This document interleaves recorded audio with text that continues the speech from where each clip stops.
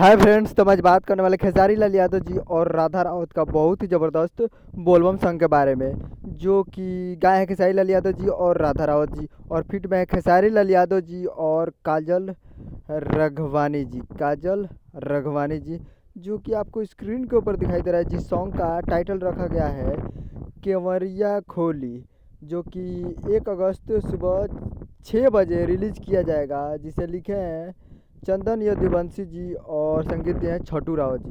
तो ये song releasing on 1 अगस्त को सुबह 6 बजे रिलीज़ किया जाएगा Khesari music world present Bhojpuri YouTube channel पे।